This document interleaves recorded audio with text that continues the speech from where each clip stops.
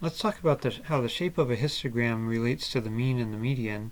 Here I have some household income data from 2018. It's simulated because it's really hard to get individual household data for good privacy reasons, but this is a realistic portrait of how it works. So we can say that this data set is right skewed. It's got a long tail to the right.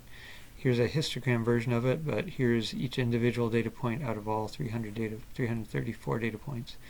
I can add a line to it vertically that says where the mean is, and it shows me that that mean is at $77,000. And then where do you think the median will be compared to the mean? Take a minute to think about it. I'll go add the median line. So here's the median. It's at $60,000 versus $77,000. That's because these data points way up here are pulling the mean up.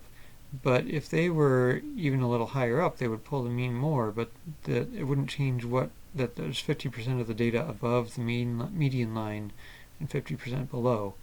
So a right skewed distribution usually has a mean that's higher than the median. So you might see it in dots here, or you might see it in the histogram terms. So I've got those numbers recorded here. So the mean is 28% higher than the median, and I'd say that's a substantial amount. That's not just kind of rounding error or something. Now, is that because of billionaires like Bill Gates and Oprah Winfrey and Jeff Bezos and the Koch brothers pulling the mean up? Well, remember that data was just 300 data points. If we go back and look at it, the highest data point there was $500,000 or so, not even a millionaire, let alone a billionaire. So that mean is higher than the median, not just because of billionaires, but because of kind of high income people compared to most people, but not the extreme top of the distribution.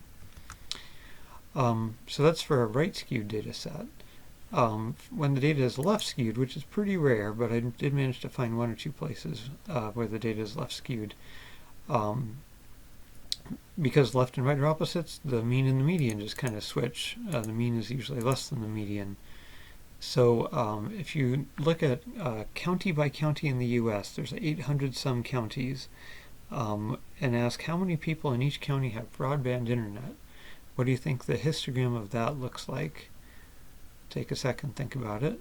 I've actually got it saved off to the side here. So that is left skewed. The mean is 87.7 and the median is 89. So yeah, the median is higher, but maybe not by much. Overall, I wouldn't worry about left skewed distributions very much. They're pretty rare. If the data isn't left skewed or right skewed, but is symmetric, that means that the left side and the right side look pretty much the same. They don't have to be exactly the same. Then the mean and the median are pretty much the same.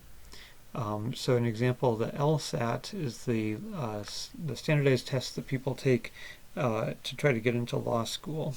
And it tends to have a pretty symmetric distribution of scores. And then what if the data is bimodal? So remember we saw this one in our course pack. This is starting salaries of lawyers. There's a group here around $50,000 a year and another group around $160,000 a year. And in that case, the mean of those two is probably around $90,000 a year, but almost no one actually makes that. And the median would also be about here. So both of those would be pretty misleading as a discussion of what's going on with this data.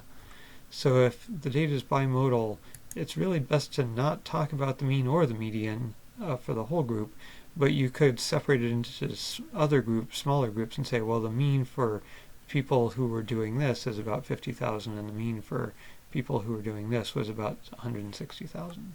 So there you really want to split it out.